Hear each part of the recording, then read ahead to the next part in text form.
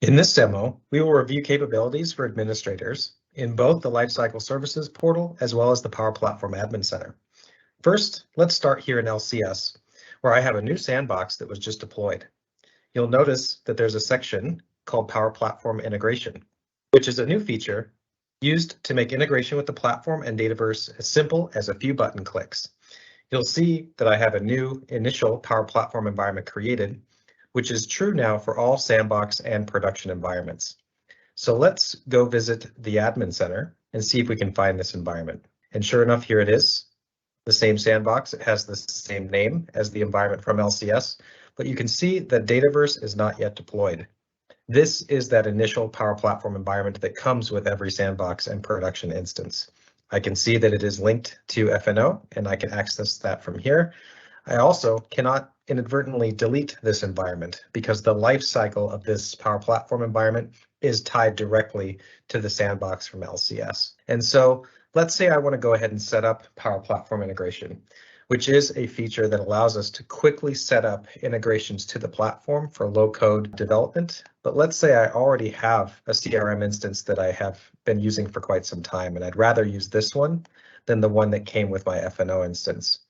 And so we can go back to LCS, hit the setup button, and instead of deploying a new Dataverse instance, I can actually opt to use an existing one.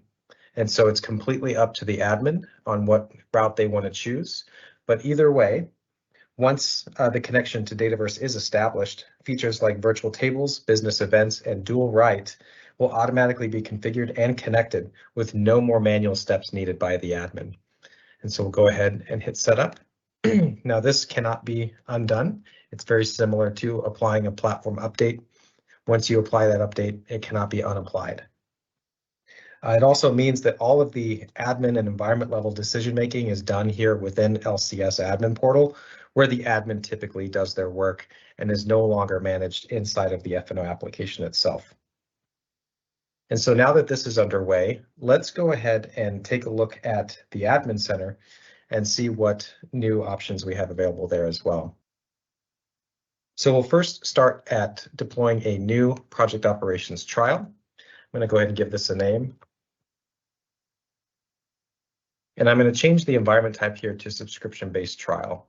This will always come with Dataverse. And so if I click next, I can choose some settings that are specific to Dataverse. And then from there, I can choose to enable Dynamics 365 apps. From here, I can choose a environment template, which is just a list of pre-installed applications. I'm going to choose project operations for non-stocked and go ahead and deploy. Now this still takes an hour, so we're not going to wait for that. I've already spun one up called Project Ops FNO. This environment, as you can see, is also linked with Power Platform integration to Dataverse, and it has an FNO and a CRM runtime. If I go ahead and open this environment here, I can go to the data management workspace and go to dual write and see that indeed dual write is set up and pre-connected. I do not have to manually set any of these features up because again, this was deployed as one instance. We know the CRM, we know the ERP, everything comes pre-connected for you. And so this is the future of how we will deploy sandbox and production environments from Power Platform Admin Center.